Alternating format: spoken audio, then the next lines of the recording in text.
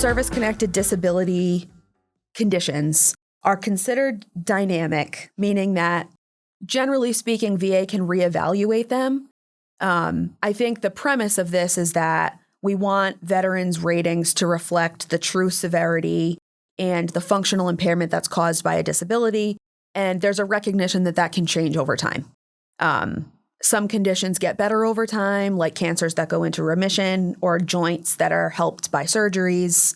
And other conditions are just known to be progressively worsening, do not have a great prognosis. So the law takes into account that ratings might need to change over time given those circumstances.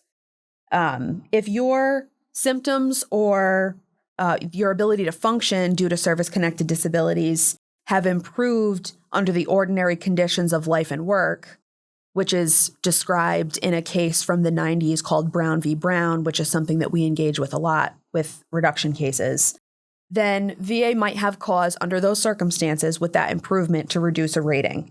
But that said, VA recognizes that a long-term rating becomes part of a person's reliable disability picture, compensation. And so there are a number of rules that limit VA's ability to reduce ratings. We're going to talk about what those are, starting with Claire. Can you talk to us about what the 5-year rule is, or just kind of more generally the concept of stabilized ratings? Yeah, so once a rating has been the same for 5 years or more, it's considered stabilized, which means even more special protections are available under the law. So for a rating that's stabilized, VA cannot reduce that rating without showing sustained improvement under the normal circumstances of life and work. And they have to be reasonably certain that the condition is going to continue to improve. And they have to cite evidence showing sustained improvement in the claims file. So think of this as an even higher burden for them to clear. That Brown v. Brown case that Maura mentioned from the 90s really applies to any rating, no matter how long it's been in effect. But particularly for ratings that you've had for 5 years or more, this protects veterans from, say, going to a single C&P exam and then having VA reduce the rating. There's also something called a 10-year rule, which is a little different. A little bit. And the 10-year rule, generally speaking, is if a service-connected disability has been service-connected for 10 years, it cannot be severed. So service connection cannot be severed. They can't take away your service-connected status for that condition if you've had it for 10 years, unless there's evidence of fraud. Fraud is going to be a big exception to a lot of the rules that we talk about. If VA has reason to believe that a service-connected status or a rating was obtained fraudulently, such by a veteran lying about the circumstances of their disability or producing fake evidence, things that do not happen a lot in our experience, then of course VA can look into that and potentially sever a rating. But the 10-year rule means that if you've had something service-connected for 10 years, absent extenuating circumstances like fraud, VA cannot sever service connection. There's a 20-year rule that deals with kind of the continuity of ratings. Do you want to talk a little bit about that, Claire? Sure. So we went from 5 to 10. Now we're talking 20. If you've had a rating at a certain level for 20 years or more, that is considered a continuous rating. So VA cannot reduce your rating below its original level, the lowest rating that you've had throughout those 20 years, again, unless there is fraud. So if you are initially granted a 50% rating, and maybe during a 20-year period, your rating fluctuates between 50% and 70%. After that 20 years, VA cannot reduce it below its original 50% level. One thing to note is sometimes conditions or symptoms can change. That's also baked into the law under 38 CFR section 4.13. And the law just says that if there is to be a change, VA adjudicators should look at the actual condition. They should look at the thoroughness of the exam. They should look at the descriptive terms used in the exam. And they should try to reconcile and continue disability ratings to whatever extent possible. So, over 20 years, 5 years, 10 years, a person's disability might evolve and change. The way that a medical professional might categorize or diagnose that disability might change. Someone might have post-traumatic stress disorder that over time leads to a separate additional diagnosis of something like major depressive disorder. And VA's aim should always be to continue the compensation at the highest possible level and just try to reconcile those changes in favor of the veteran. Mm-hmm. Exactly. Slightly different, but there's talk of a 55-year-old rule. The names are not super intuitive, so we'll get into it. But if you're seeing something about what does it mean if you're age 55 and some sort of protections associated with that, VA has an adjudication procedures manual.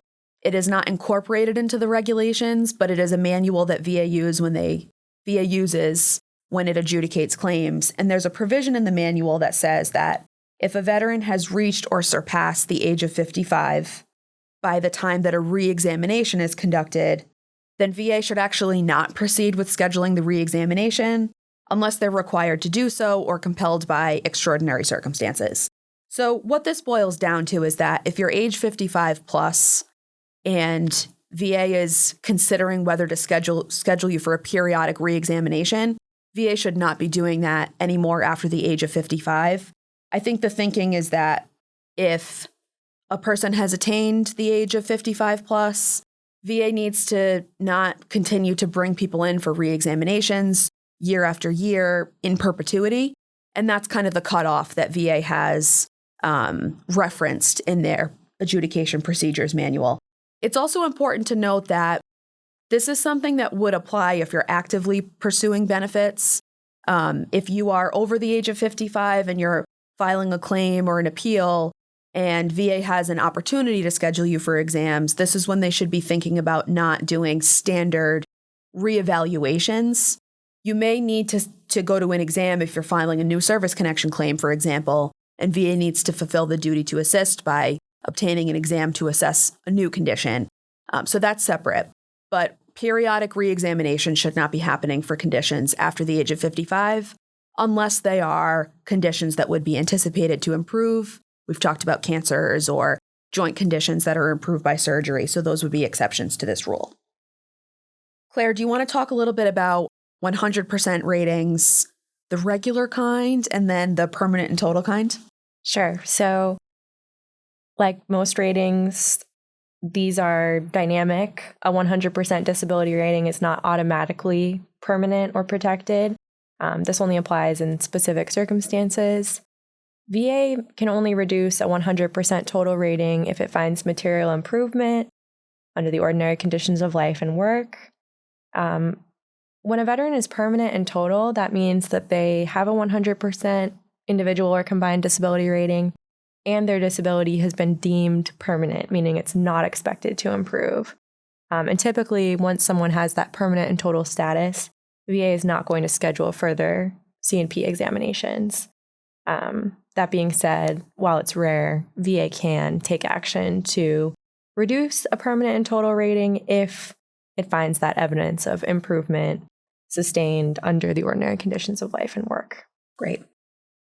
VA gets it wrong all the time. This is why Claire and I are working together and have been working together for so many years. We're seeing VA errors every day. So these are the rules that VA has. These are the things that we argue. If a veteran is in a position of being wrongly reduced, their rating is wrongly reduced, or if VA does not, when they are obligated to, apply any of these protections. So with that in mind, there can be circumstances where VA gets it wrong. We see them every day. So definitely reach out to an accredited advocate if you feel like you're in a situation where you need guidance or where you might be subject to a VA error that requires correction.